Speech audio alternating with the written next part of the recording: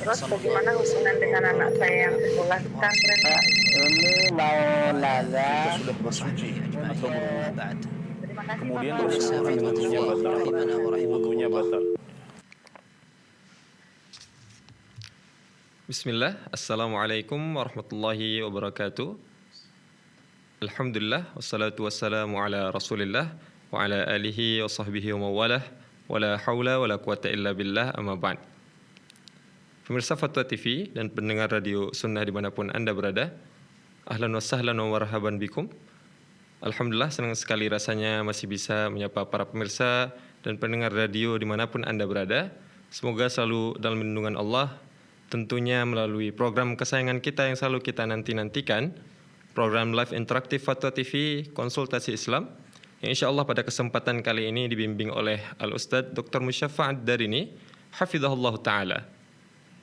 Dan Alhamdulillah, atas izin Allah, Al-Ustadz Dr. Musyafa' Ad-Darini insya Allah akan membersamai kita selama 1 jam mendatang, dan beliau telah berhadir bersama kita melalui studio Fatwa TV Jember. Mari sama-sama kita sapa beliau terlebih dahulu.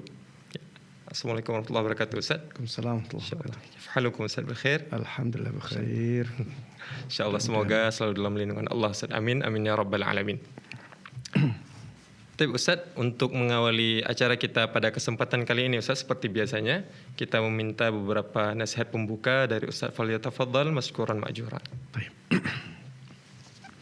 Bismillahirrahmanirrahim. Alhamdulillah wassalatu wassalamu ala Rasulillah wa ala alihi wa sahbihi wa man tabi'ah huda. Jemaah sekalian, kaum muslimin dan kaum muslimat rahimana wa rahimakumullah. Termasuk di antara nikmat yang paling besar yang Allah berikan kepada kita adalah nikmat sunnah. Nikmat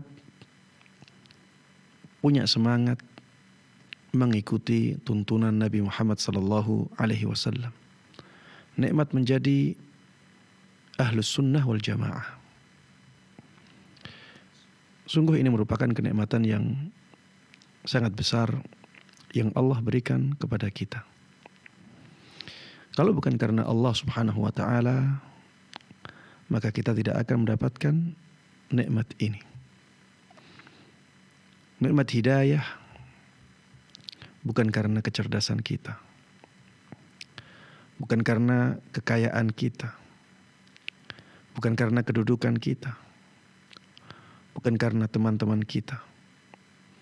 Nikmat hidayah ini karena Allah Subhanahu wa ta'ala yang memberikan karunia kepada kita. Maka jemaah sekalian rahimana rahimakumullah, syukurilah nikmat ini. Jangan sampai kita menyepelekannya, meremehkannya, yang akhirnya Allah Subhanahu wa taala mencabut nikmat ini dari kita. Na'udzubillahi min dzalik. Dan jemaah sekalian rahimana rahimakumullah, agar nikmat ini benar-benar bisa terus ada pada kita, bisa terjaga, selain mensyukurinya dengan amalan-amalan yang menunjukkan bahwa kita benar-benar menghargai nikmat ini, di sana ada 3 hal yang sangat penting untuk kita lakukan. Yang pertama, jemaah sekalian rahimana rahimakumullah, jangan sampai kita berlebih-lebihan dalam beragama. Jangan sampai kita ghulu dalam beragama. Ya ayyuhalladzina amanu la taghlu fi dinikum ghairil haq. Wahai orang-orang yang beriman, janganlah kalian berlebih-lebihan dalam agama kalian dengan cara yang tidak benar. Rasulullah sallallahu alaihi wasallam mengatakan, "Inna hadzal din yusrun wa la yushaddad dina ahadun illa ghalabah." Agama ini itu agama yang mudah. Dan tidaklah seseorang memberatkan dirinya dalam agama ini kecuali akhirnya dia akan dikalahkan. Orang yang terlalu berlebih-lebihan dalam beragama, maka dia akan sulit untuk istiqamah di atas kebaikan. Jemaah sekalian rahimana rahimakumullah, Sudah banyak cerita, kisah orang-orang yang tadinya berada di atas sunnah Nabi Muhammad SAW. Tapi dia berlebihan, tidak menerapkan sunnah Nabi dengan baik, terlalu bersemangat, ya, nyerang sana, nyerang sini, terlalu keras. Maka akhirnya dia kelelahan. Akhirnya sikap kerasnya tersebut menjadikan dia lelah, menjadikan dia futur dan berbalik arah. Malah memusuhi sunnah Nabi Muhammad sallallahu alaihi wasallam. Ini yang pertama jemaah sekalian rahiman rahimakumullah. Jangan sampai kita berlebihan dalam menerapkan agama Islam. Terapkan agama Islam ini dengan pertengahan. Ya, itulah ahlus sunnah wal jamaah. Di dalam Islam kita tidak boleh berlebih-lebihan. Jangan ekstrim. Jangan ekstrim kanan, jangan ekstrim kiri. Berjalanlah di atas jalan pertengahan. Itulah jalan yang lurus. Kemudian yang kedua jemaah sekalian rahimana wa rahimakumullah. Jagalah pertemanan kita. Kita harus punya teman-teman yang benar-benar saleh. Paling tidak kita punya satu teman akrab yang baik agamanya. Dan kita harus benar-benar jaga teman ini. Paling tidak satu jamaah. Karena dengan teman itulah akhirnya kita dijaga agamanya oleh Allah Subhanahu wa taala. Kalau kita salah berteman, kita tidak filter teman-teman kita. Kita tidak selektif dalam menjadikan orang sebagai teman akrab kita, maka ini akan membahayakan nikmat hidayah yang Allah berikan kepada kita. Cerita dalam masalah ini juga sangat banyak. Banyak orang yang tadinya sudah berada di atas sunnah Nabi Muhammad SAW, semangat dalam menerapkan sunnah Nabi, karena dia berteman dengan orang-orang yang jauh dari sunnah Nabi, akhirnya lama-kelamaan terbawa. Sedikit demi sedikit dia menjauh dari sunnah Nabi, kemudian akhirnya sangat jauh sekali dan berbalik. Ad-din ar-rajulu ala dini khalilih. Falyanzur ahadukum man yukhalil. Seseorang itu berada di atas agama teman dekatnya. Maka silahkan salah seorang dari kalian melihat siapa yang dia jadikan sebagai teman dekatnya. Kemudian yang ketiga, yang terakhir jemaah sekalian rahimana rahimakumullah, agar kita bisa benar-benar mempertahankan hidayah sunnah, banyaklah berdoa kepada Allah Subhanahu wa taala dengan doa yang dicontohkan oleh Nabi kita Muhammad sallallahu alaihi wasallam, ya muqallibal qulub tsabbit qalbi ala dinik. Wahai zat yang membolak-balikkan hati, tetapkan hatiku di atas agamamu, agamamu yang lurus.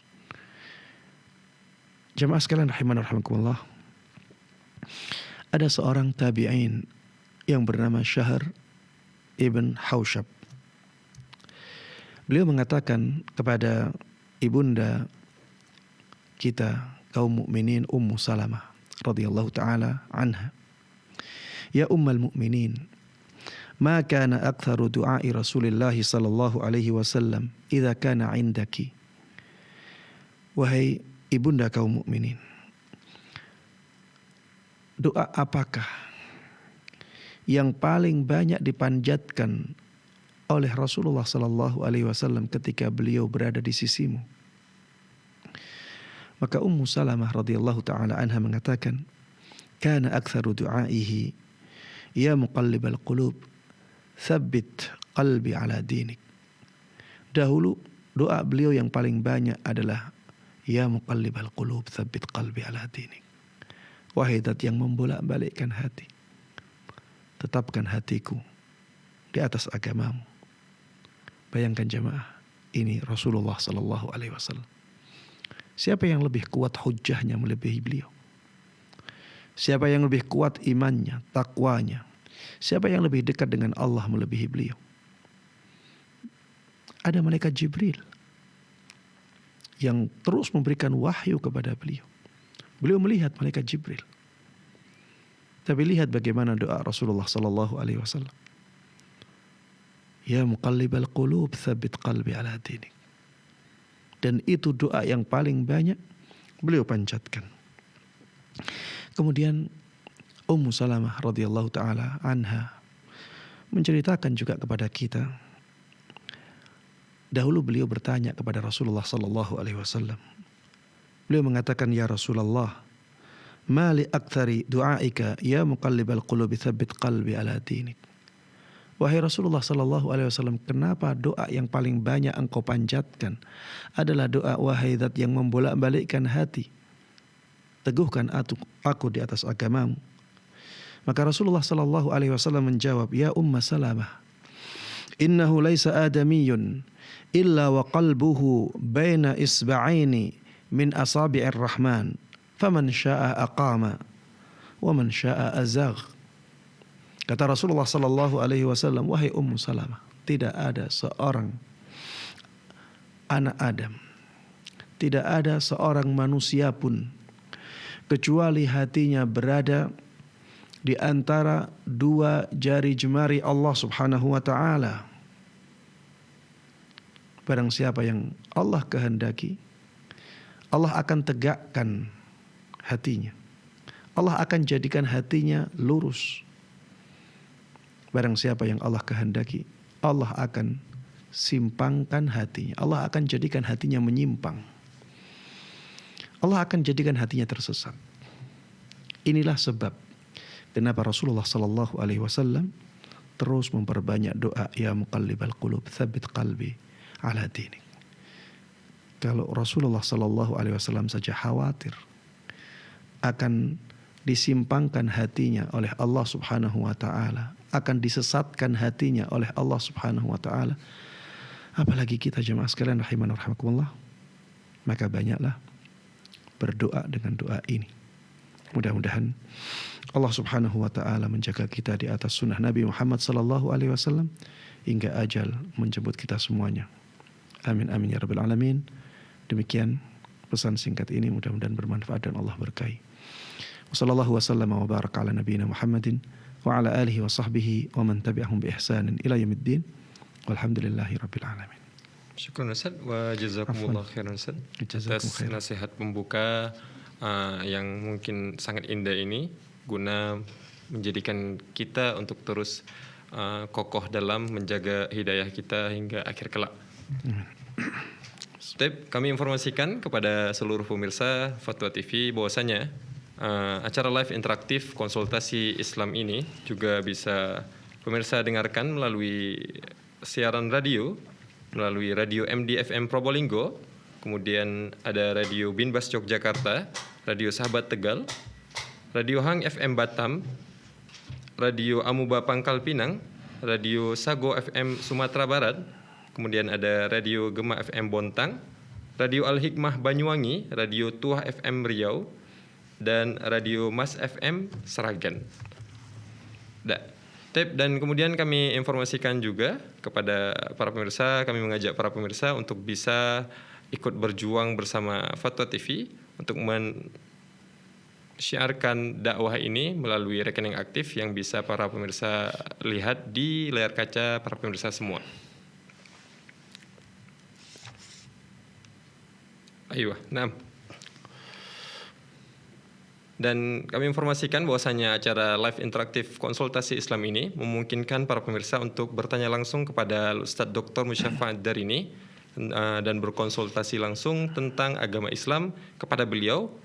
Ya, para pemirsa bisa menghubungi kami di nomor 0331 544 6087. Jadi kami telah membuka layanan telepon ini. Jadi para pemirsa bisa menghubungi kami langsung untuk bisa berkonsultasi secara langsung kepada Ustadz Dr. Musyafa Ad-Darini di nomor aktif 0331 544 6087. Tapi Ustaz, mungkin sembari menunggu penelpon masuk, kita akan bacakan beberapa pertanyaan yang telah masuk ke Dewan Redaksi kita. Ada pertanyaan dari Radnania Ustaz di Jawa Timur. Assalamualaikum Ustaz, izin bertanya dalam konteks hubungan suami istri yang di dalamnya ada KDRT verbal oleh suami, baik ke istri dan anak-anak, bertahan di dalamnya apakah benar dikatakan sebagai tindakan menzalimi diri sendiri? Bukankah dari kondisi demikian kami belajar kesabaran dan tidak bermudah-mudah dengan perceraian? Mohon nasihatnya Ustaz, barakallahu fikum. Masya Allah. Bismillah wassalatu wassalamu ala rasulillah wa ala alihi wa sahbihi wa man tabi'ahu. Jemaah sekalian rahimana wa rahimakumullah. Pernikahan merupakan kenikmatan yang sangat besar yang Allah berikan kepada seseorang. Maka pada asalnya seseorang dituntut untuk menjaga hubungan pernikahan itu, mempertahankan tali suci pernikahan. Ini pada asalnya. Selama masih bisa dipertahankan dan mendatangkan maslahat yang lebih besar, maka itulah yang harusnya menjadi pilihan. Apa yang disebutkan di dalam pertanyaan bahwa seorang suami sering melakukan KDRT verbal, ya, jadi mungkin sering menghardik, sering marah-marah, sering menghina, sering mencemooh, dan seterusnya. Dan itu dilakukan kepada istri. Itu juga dilakukan kepada anak-anak. Alhamdulillah tidak disebutkan KDRT dalam bentuk pukulan atau KDRT fisik. Alhamdulillah tidak disebutkan dalam pertanyaan, dan semoga memang tidak ada dalam kenyataan. Hanya KDRT verbal. Apabila keadaannya demikian jamaah sekalian rahimana rahimakumullah, dan seorang istri, seorang anak masih bisa bersabar menghadapi hal tersebut, maka yang lebih afdal, yang lebih baik, yang lebih besar maslahatnya insya Allah tetap mempertahankan pernikahan. Apalagi saya melihat dalam pertanyaan itu ada tekad yang kuat, ada semangat yang kuat dari seorang istri untuk mempertahankan pernikahannya. Hanya saja ada suara-suara yang mengatakan bahwa bersabar dalam keadaan seperti itu dianggap sebagai tindakan menzalimi diri sendiri. Maka apakah benar itu tindakan menzalimi diri sendiri? Kita jawab tidak, jemaah. Ini bukan tindakan menzalimi diri sendiri. Ini tindakan mempertahankan tali pernikahan. Ini tindakan menjaga nikmat Allah Subhanahu wa taala. Iya. Selama masih bisa dipertahankan, masih bisa bersabar. Dan alhamdulillah hanya KDRT verbal. Walaupun KDRT verbal pun tidak baik ya. Tetap pertahankan. Dan apabila bisa memperbaiki, bisa menasehati suami dengan cara yang baik, di waktu-waktu yang pas, di sikon-sikon yang sangat tepat, maka berusahalah untuk memperbaiki suami. Dan termasuk di antara cara yang sangat-sangat kuat pengaruhnya dalam memperbaiki suami adalah dengan bermunajat kepada Allah Subhanahu wa taala. Banyak berdoa untuk suami kita, jemaah. Ketika kita sebagai seorang istri, banyaklah bermunajat kepada Allah. Bangun di sepertiga malam terakhir, menghadap kepada Allah Subhanahu wa taala dengan salat kita. Dan berdoalah ketika sujud. Ketika sujud banyak berdoa, ya Allah, jadikan suamiku suami yang saleh. Ya Allah, lembutkan hatinya. Ya Allah, jadikan dia orang yang bisa menjaga lisannya, terutama kepada anak istrinya. Ya Allah, lapangkan hatinya untuk menerima hidayah.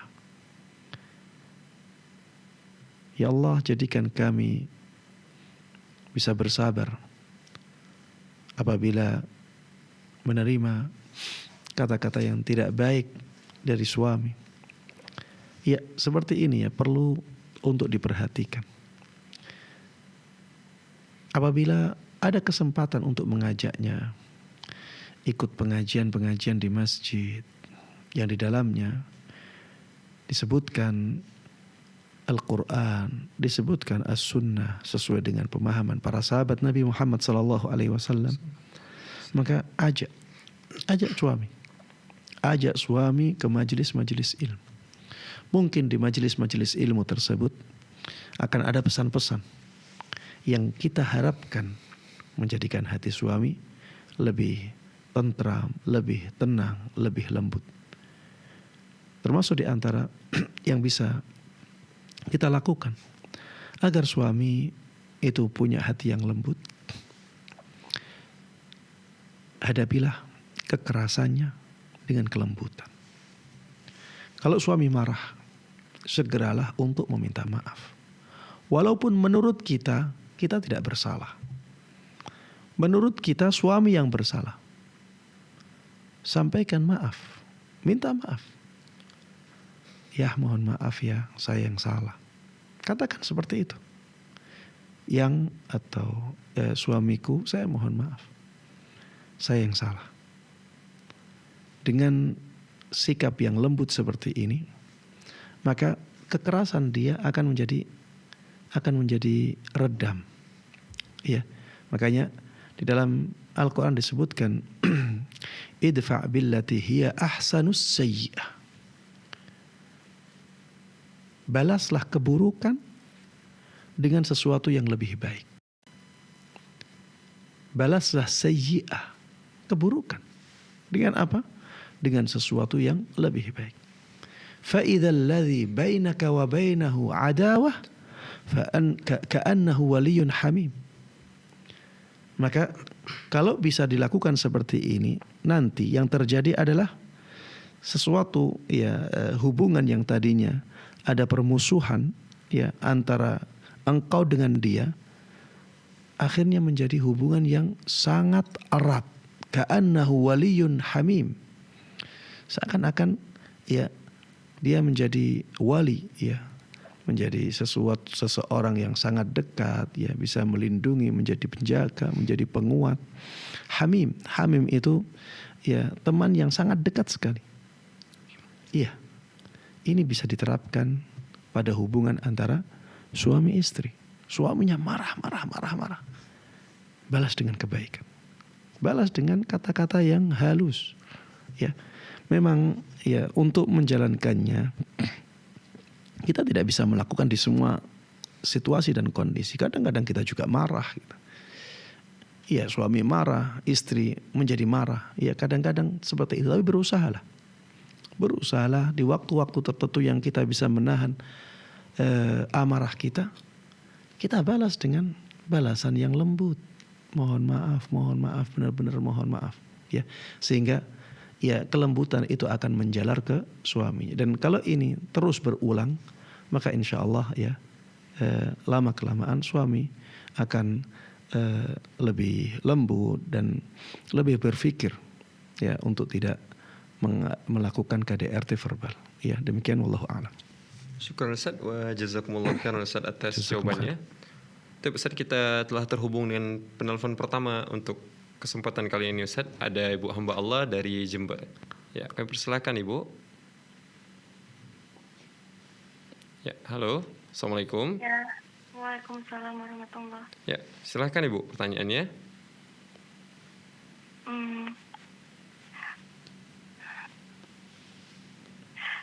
Iya Ustadz, mau tanya,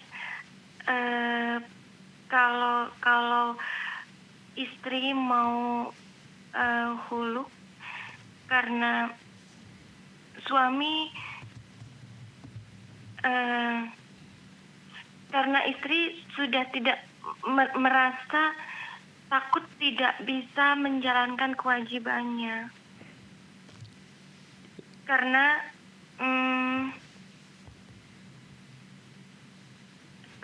kekecewaan terhadap suami itu apakah bisa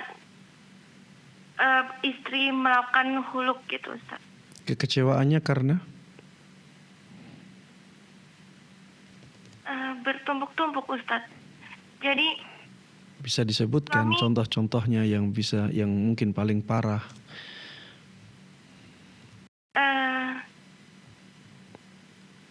Suami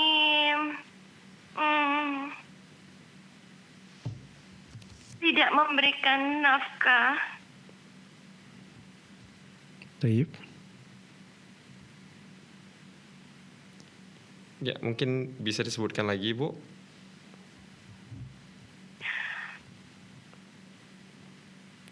Misalnya punya akhlak yang buruk, ya, mabuk-mabukan, atau misalnya melakukan kekerasan, KDRT, fisik, atau misalnya melakukan perzinaan. Enggak, Ustaz. Jadi lebih ke dia terlalu melebih-lebihkan gitu, karena kami menikah tidak dalam jangka waktu yang lama gitu ya, proses belum menikah gitu. Kemudian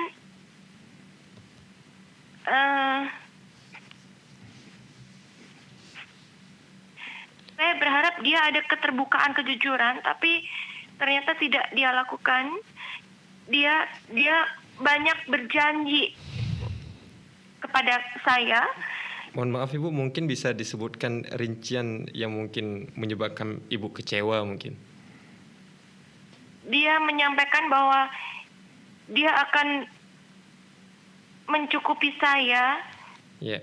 Sampai dia pernah bertanya, budget kamu berapa gitu dalam sebulan gitu. Akhirnya kan membuat saya menyebutkan gitu kan. Dan saya tanyakan, apa kamu bersedia? Ya, saya bersedia gitu. Dia bilang seperti itu. Itu salah satu. Kemudian saya sudah sampaikan bahwa saya mendidik anak saya tidak dengan TV dan gadget, karena saya harus mendampingi anak saya menghafal Quran. Yeah. Dan anak saya masih usia 10 tahun dan alhamdulillah dia sudah menyelesaikan 30 juz hafalan. Taib, ya, kesalahan suami berarti tidak menafkahi istrinya, gitu. Dan dia malah memberikan gadget kepada anak saya. Taib. Dan tidak memberikan nafkah, apakah berarti tidak cukup? Ya, tidak memberikan nafkah yang cukup. Misalnya tidak bisa hidup, tidak bisa mencukupi kebutuhan primer dalam kehidupannya. Iya, Ustadz. Ya, selama ini berarti semakin nambah bulan, semakin tidak ada yang dia berikan sama sekali gitu. Ya, taib. Selama ini berarti hidupnya dengan apa?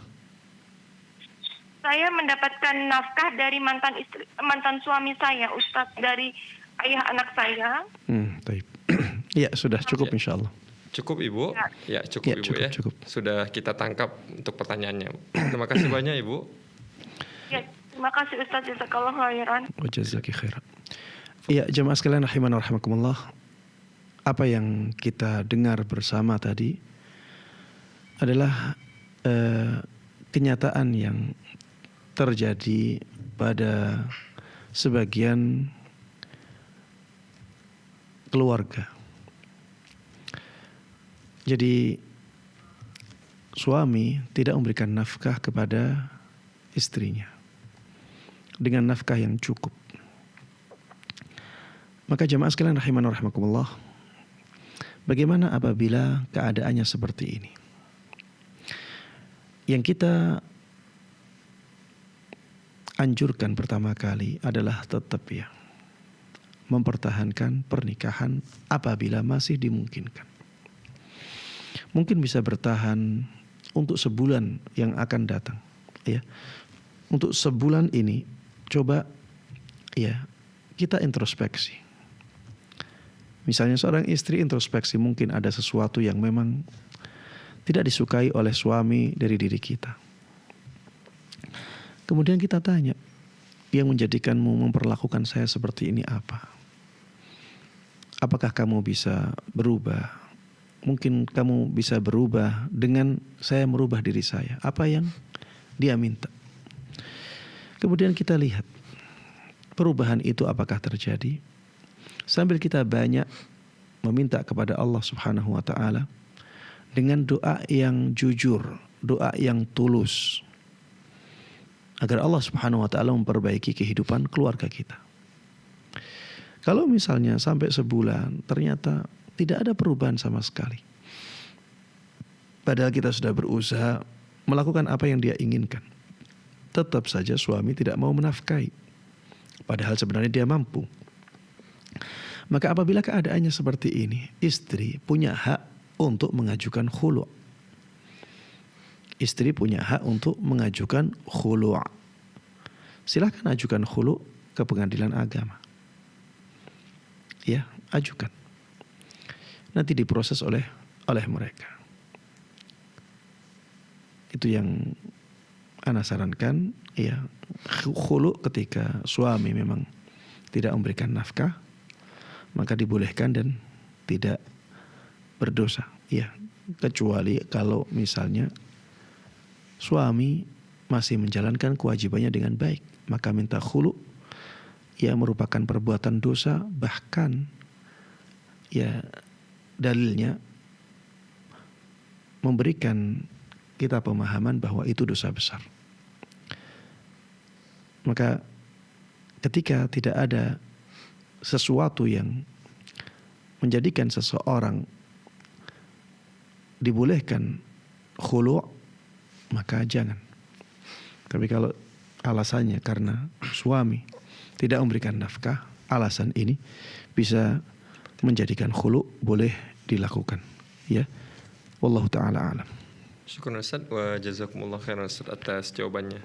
Ustaz, kita telah terhubung dengan penelpon selanjutnya. Ustaz, ada Bapak Kadan di Cianjur. Ya, Assalamualaikum Fatwa TV. Waalaikumsalam warahmatullahi wabarakatuh.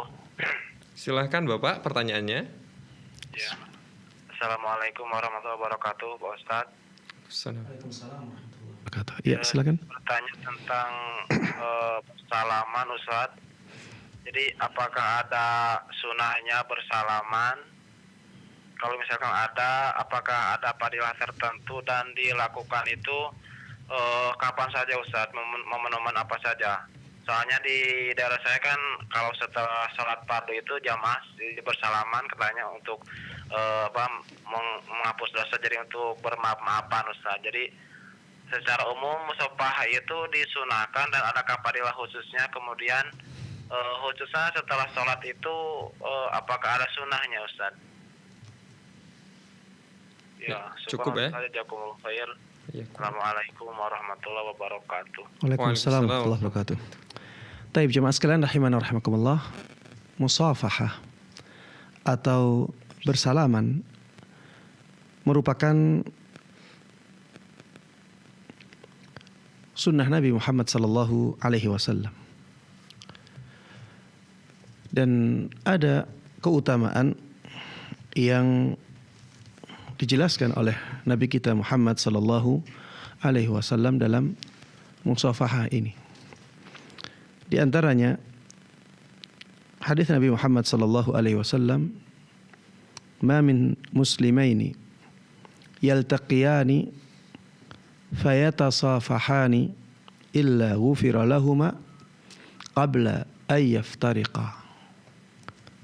Tidak ada dua muslim yang melakukan musafahah atau bersalam-salaman kecuali keduanya diampuni dosa-dosanya sebelum keduanya berpisah. Ini menunjukkan ya bahwa musafahah merupakan amalan yang mulia di dalam Islam. Hanya saja jemaah sekalian rahimana rahimakumullah, musafahah ini kapan dilakukan? Musafahah dilakukan ketika dua orang bertemu. Ma min muslimaini yaltaqiyan. Tidak ada dua muslim yang bertemu. Jadi waktu disyariatkannya atau waktu dianjurkannya adalah ketika dua orang bertemu. Ketika bertemu itulah kita bersalaman. Maka itulah yang sesuai dengan sunnah. Adapun setelah waktu sholat, ya setelah salam, maka ini bukan waktu untuk bersalam-salaman. Ini bukan waktu untuk bersalam-salaman. Apa dalilnya? Bukankah tadi disebutkan ada keutamaan bersalam-salaman? Kenapa tidak boleh untuk dilakukan setelah salam? Jawabannya karena Rasulullah Sallallahu Alaihi Wasallam dahulu tidak pernah melakukan yang seperti itu. Tidak pernah beliau bersalam-salaman dengan para sahabat beliau setelah salam dari sholatnya. Iya, silahkan dirujuk kepada hadis-hadis Nabi Muhammad Sallallahu Alaihi Wasallam yang menjelaskan apa yang dilakukan oleh beliau setelah sholatnya, setelah salamnya. Apakah beliau bersalam-salaman ataukah beliau membaca zikir, membaca istighfar misalnya, membaca takbir misalnya, membaca wirid setelah salat misalnya? Apakah disebutkan di sana ada salam-salaman?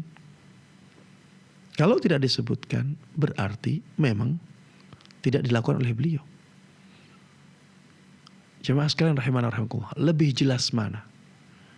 Perkataan astaghfirullah, astaghfirullah, astaghfirullah, ataukah lebih jelas perbuatan mengajak salaman para sahabatnya? Coba kita berpikir dengan jernih di sini. Lebih jelas mana? Perkataan astaghfirullah ketika Rasulullah Sallallahu Alaihi Wasallam selesai mengucapkan dua salam dan masih menghadap ke kiblat, itu yang lebih jelas? Ataukah tindakan Rasulullah Sallallahu Alaihi Wasallam berhadap-hadapan dengan para sahabatnya kemudian mengajak salaman dengan para sahabatnya setelah salam? Kita akan mengatakan yang lebih jelas adalah tindakan Rasulullah Sallallahu Alaihi Wasallam mengajak salaman dengan para sahabatnya. Tapi apakah ada riwayat yang menjelaskan bahwa Rasulullah Sallallahu Alaihi Wasallam itu mengajak bersalam-salaman dengan para sahabatnya setelah beliau bersalam dari sholatnya? Adakah riwayat itu?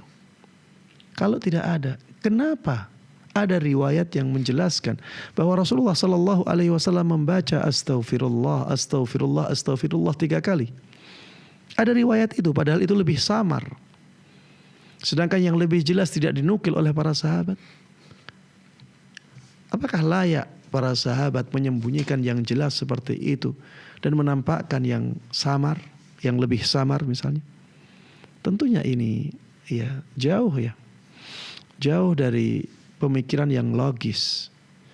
Kalau kita benar-benar objektif dalam berpikir, kita akan mengatakan kalau memang yang samar saja disampaikan oleh para sahabat, harusnya yang lebih jelas itu disampaikan juga oleh para sahabat. Maka ketika yang lebih jelas tidak disampaikan oleh para sahabat, yang lebih jelas, kemungkinannya lebih jelas, atau kalau itu terjadi maka itu lebih jelas, tidak disampaikan oleh para sahabat, maka berarti memang itu tidak dilakukan. Itu tidak dilakukan. Maka kalau Rasulullah Sallallahu Alaihi Wasallam tidak melakukannya, kita disyariatkan untuk mengikuti beliau dalam tidak melakukannya. Rasulullah tidak melakukan salam-salaman, maka tidak usah kita lakukan. Kalau itu kebaikan, harusnya telah dicontohkan oleh Nabi kita Muhammad Sallallahu Alaihi Wasallam atau telah dianjurkan oleh beliau. Ternyata tidak demikian. Setelah beliau wafat dan digantikan oleh sahabat Abu Bakar, digantikan oleh sahabat Umar, digantikan setelahnya oleh sahabat Uthman, digantikan setelahnya oleh sahabat Ali ibn Abi Thalib. Adakah di antara mereka yang mengajak bersalam-salaman dengan makmumnya? Ternyata tidak ada juga. ya silahkan diteliti riwayat-riwayatnya. Berarti mereka juga tidak melakukannya.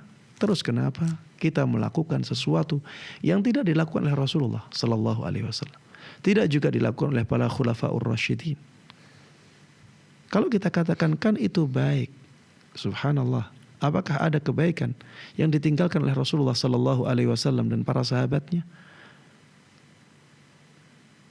Kalau itu kebaikan dan diketahui oleh Rasulullah Sallallahu Alaihi Wasallam, apakah Rasulullah akan meninggalkannya? Apakah para sahabat Nabi Muhammad Sallallahu Alaihi Wasallam akan meninggalkannya? Tidaklah itu ditinggalkan oleh Rasulullah Sallallahu Alaihi Wasallam setelah sholat, kecuali memang hal itu bukan kebaikan apabila dikaitkan dengan sholat. Ya, sehingga jemaah sekalian rahimani rahimakumullah, sudahlah kita kalau berselisih pendapat, sebagaimana Allah sampaikan, fa in tanaza'tum fi syai'in farudduhu ila Allahi war Rasul. Kalau kalian berselisih pendapat, kembalikan kepada Allah dan Rasul. Ayat di Al-Quran, apakah ada salaman setelah sholat? Teliti dalam Al-Quran. Teliti dalam hadis Nabi Muhammad SAW, praktek beliau, keseharian beliau dalam sholat gimana? Apakah Rasulullah SAW pernah seperti itu? Kalau tidak, ya sudah. Ikuti Rasulullah SAW dalam tidak bersalam-salaman setelah sholat. Ini koreksi, ya, untuk kita semuanya. Kalau ingin menghidupkan sunnah ini, ya sudah. Ketika bertemu, salam-salaman. Jangan mengaitkan salam-salaman dengan ya sholat kita. Wallahu ta'ala alam. Syukran Ustaz wa jazakumullah khairan Ustaz. Jazakum khairan. Tapi Ustaz, kita telah terhubung dengan penelpon selanjutnya. Ustaz, ada Bapak Talta di Trenggalek. Assalamualaikum Fatwa TV. Ya, silahkan Bapak pertanyaannya. Ya, mohon maaf Bapak, kurang kedengaran Bapak. Sepertinya sinyalnya kurang jelas ya. Kurang jelas. Ya. Saya terangkan. Ya, silahkan Bapak. Ya. Yang saya tanyakan masalah yang saya alami sendiri ya. Ya. Ibu saya kan baru saja meninggal. Hari Selasa yang lalu dari saya. Rahimahullah rahmatan wasi'ah. Iya. Kemudian saya sebenarnya sudah mendengar, sudah mendapatkan penjelasan. Sudah berapa kali bertanya, saya sudah salah 2 atau 3 kali. Sebenarnya gitu. Saya ingin kemantapan saya. Jadi saya tidak tidak melakukan masalah keselamatan untuk orang yang meninggal. Saya tidak melaksanakan, tapi saya ditentang oleh saudara saya. Jadi ini tadi melaksanakan selamatan. Saya tidak ikut. Jadi masalah yang saya tanyakan masalah selamatan untuk orang mati itu bagaimana? Ya. Nah, kalau melaksanakan apa ada risikonya kalau melaksanakan? Ya gitu saja ya. Assalamualaikum warahmatullahi wabarakatuh. Waalaikumsalam. Fadhal Ustaz. Iya. Ya jamaah sekalian rahimana rahimakumullah. Ya mudah-mudahan ibu yang meninggal ya diampuni dosa-dosanya, diterima semua amal baiknya, dan mudah-mudahan dimasukkan ke surga Allah Subhanahu wa taala. Amin amin ya rabbal alamin. Pertanyaan yang sangat bagus ya. Alhamdulillah penanya sudah berusaha untuk menerapkan ilmunya. Ketika mendapatkan ilmu bahwa selamatan orang yang meninggal itu tidak ada tuntunannya, yaitu yang dijalankan. Ini sesuatu yang sangat baik dan harus dipertahankan terus-menerus. Orang yang menjalankan sunnah, yaitu dengan meninggalkan kebid'ahan-kebid'ahan, resikonya biasanya akan ditentang oleh orang-orang dekat yang tidak sepakat dengan pilihannya. Dan itu wajar. Itu wajar karena memang hal tersebut dianggap sebagai sesuatu yang tidak baik. Jadi meninggalkan kebid'ahan itu dianggap sesuatu yang tidak baik.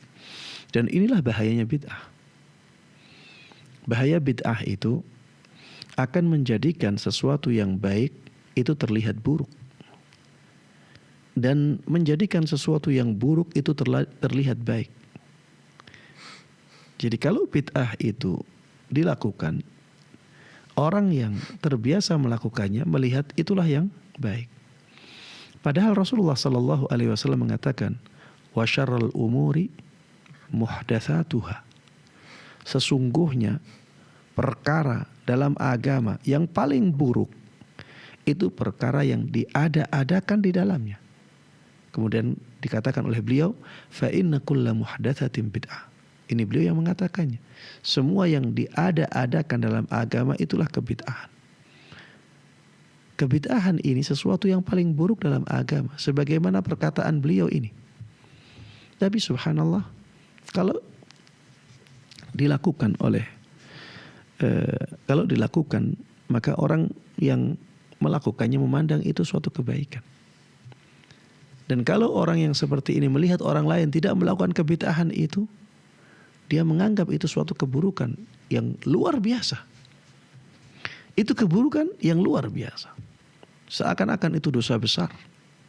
Coba lihat bagaimana syaitan membalikkan fakta ini.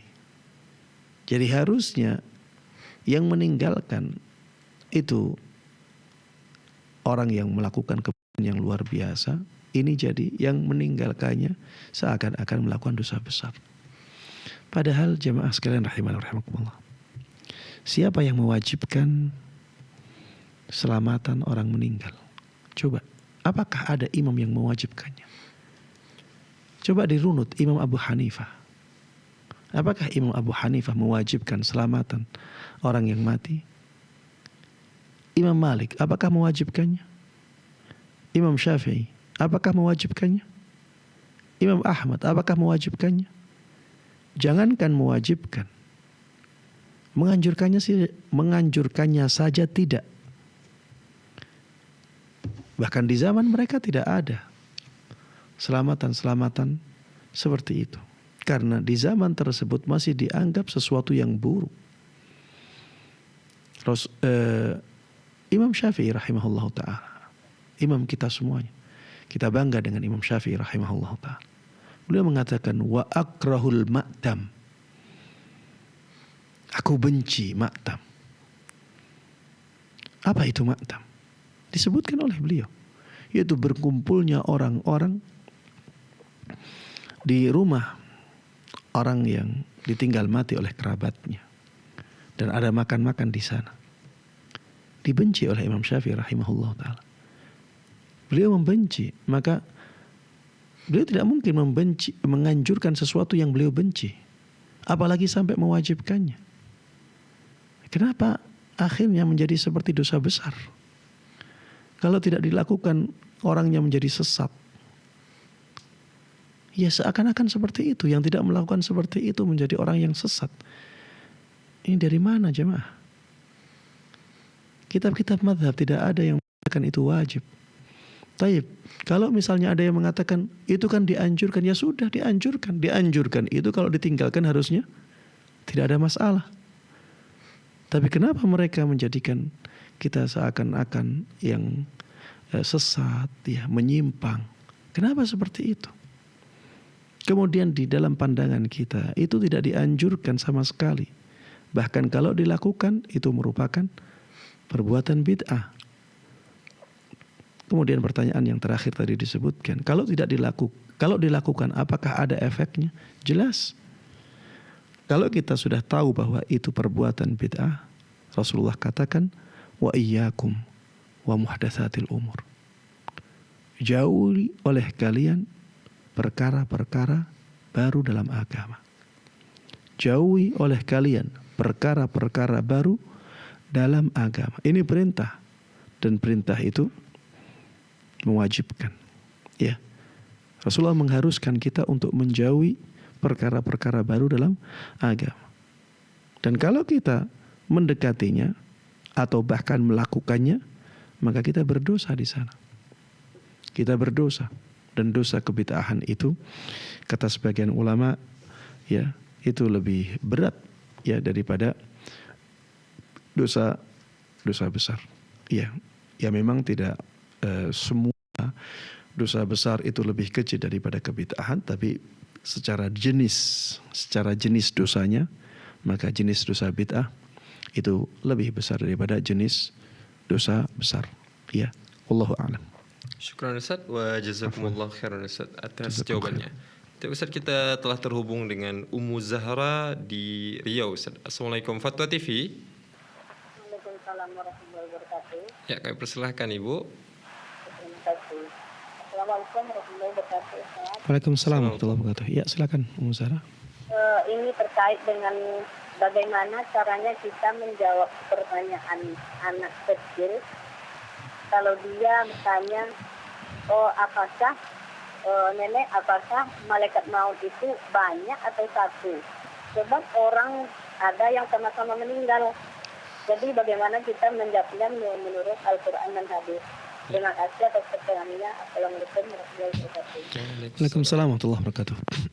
Iya, Masya Allah ya, ini kadang-kadang anak-anak itu mempunyai pertanyaan-pertanyaan kritis yang kalau orang tua tidak belajar ya akan sulit untuk menjawabnya. Dan memang ada perbedaan pendapat di kalangan para ulama dalam masalah ini. Apakah malaikat maut itu satu ataukah malaikat maut itu banyak? Ya, ada perbedaan pendapat di kalangan para ulama dalam masalah ini. Wallahu taala alam, ana lebih menguatkan pendapat yang mengatakan bahwa malakul maut itu nama jenis. Ya, malaikat kematian itu nama jenis. Ya, dia jumlahnya banyak.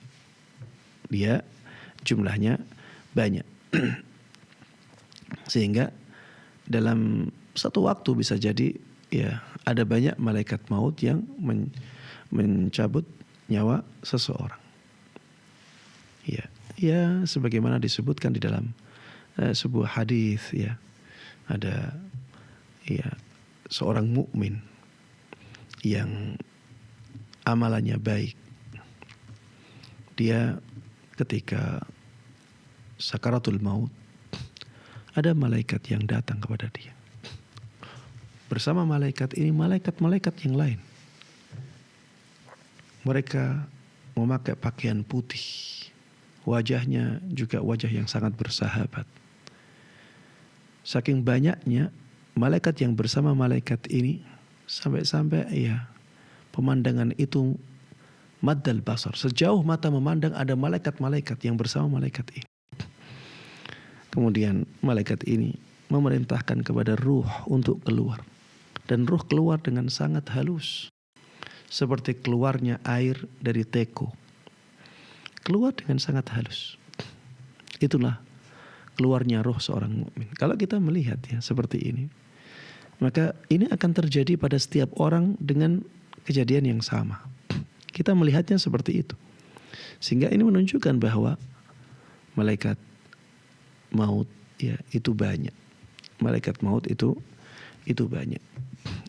Wallahu taala alam, ya yang jelas ada perbedaan pendapat di kalangan para ulama dalam masalah itu. Yang ana lebih kuatkan bahwa malaikat maut itu ismul jins dan bukan berarti satu malaikat untuk melakukan perbuatan yang sama dalam waktu yang sama di objek yang berbeda-beda. Wallahu taala alam. Syukran. Tapi mohon maaf ya. Ya, Ustaz lanjutkan aja. Kalau misalnya ada orang yang mengatakan, terus Ustaz gimana dengan ulama yang mengatakan satu malaikat maut saja?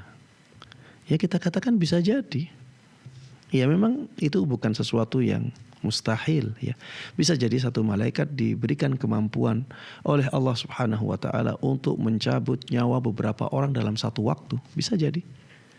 Tapi ya secara logika ya yang lebih dekat ini bahwa setiap orang ada malaikat pencabut nyawa yang mendatangi dia. Sehingga malaikat maut ini banyak. Wallahu taala alam. Syukur Ustaz wa jazakumullah khairan atas jawabannya. Masya Allah. Hari ini cukup banyak penelponnya Ustaz. Masya Allah. Alhamdulillah. Dan sebenarnya tadi ada penelpon satu lagi Ustaz, akan tetapi durasi kita saya rasa sudah habis Ustaz ya. Jadi akhirnya dengan berakhirnya jawaban tadi maka berakhirlah perjumpaan kita pada kesempatan kali ini Ustaz. Insyaallah mengucapkan jazakumullah khairan Ustaz atas seluruh ilmu yang begitu banyak ini, dan kami juga ucapkan jazakumullah khairan kepada seluruh para pemirsa Fatwa TV, baik yang telah bertanya langsung kepada Al-Ustadz maupun yang menyimak acara ini hingga selesai. Dan kami informasikan kepada seluruh para pemirsa Fatwa TV untuk terus ikuti seluruh rangkaian acara Fatwa TV yang Anda bisa kunjungi informasinya di website kami www.fatwatv.id. Kemudian bagi para pemirsa yang ingin melihat jawaban-jawaban asatizah Dewan Fatwa dari pertanyaan-pertanyaannya, bisa mengunjungi website kami di www.dewanfatwa.com. Dan bagi para pemirsa yang ingin bertanya melalui Dewan Redaksi kami juga bisa melalui website tersebut. Ya, sekali lagi kami ucapkan jazakumullah khairan kepada seluruh kerabat kerja, dan saya mewakili seluruh kerabat kerja yang bertugas pamit undur diri. Wassallallahu ala nabiyina Muhammad. Wassalamualaikum warahmatullahi wabarakatuh. Ya Allah. Terus bagaimana hubungan dengan anak saya yang sekolah di pesantren? Ini mau nanya. Sudah bersuci atau belum? Terima kasih Kemudian Bapak. bersentuhan dengan suami.